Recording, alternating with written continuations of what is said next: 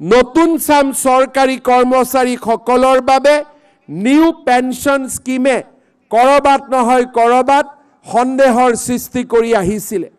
এই বছৰ 1 এপ্ৰিলৰ পৰা আমি আমাৰ অসমৰ চৰকাৰী কৰ্মচাৰীসকলৰ বাবে নিউ পেনশ্যন স্কিমৰ সামৰণি মাৰি United pension scheme UPS scheme আমি আৰম্ভ কৰিব বিচাৰিছোঁ, যাৰ জৰিয়তে 25 বছৰ কাম কৰা চৰকাৰী কৰ্মচাৰীসকলে নিশ্চিতভাৱে তেওঁলোকে 50% চাকৰিকালৰ দৰমহা 50% ডিয়াৰনেছ এলাউন্সৰ সৈতে লাভ কৰিবলৈ সক্ষম হ'ব।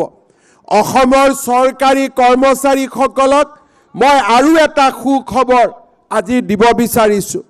2005 চনৰ আগতে যিসকলৰ নিযুক্তিৰ প্ৰক্ৰিয়া আৰম্ভ হৈছিল, কিবা কাৰণত নিযুক্তিৰ প্ৰক্ৰিয়া 2005লৈ গুচি গ'ল, তেওঁলোকে ওল্ড পেনশ্যন স্কিমৰ জাগাত নিউ পেনশ্যন স্কিমৰ অন্তৰ্ভুক্ত হ'বলগীয়া হৈছিল। কাৰিকৰী অসুবিধা পিছ পেলাই মই তেনে চৰকাৰী কৰ্মচাৰীসকলকো যাৰ নিযুক্তিৰ প্ৰক্ৰিয়া 2005 চনৰ আগতে আৰম্ভ হৈছিল, তেনে চৰকাৰী কৰ্মচাৰীসকলকো ওল্ড পেনশ্যন স্কিম বা OPSৰ ভিতৰলৈ আনিবলৈ সিদ্ধান্ত গ্ৰহণ কৰিছোঁ, যি আমাৰ ৰাজ্যখনৰ চৰকাৰী কৰ্মচাৰীসকলৰ বাবে নিৰাশাৰ পৰিৱৰ্তে আশাৰ এক নতুন সঞ্জীৱনী সুধা আৰম্ভ কৰিব।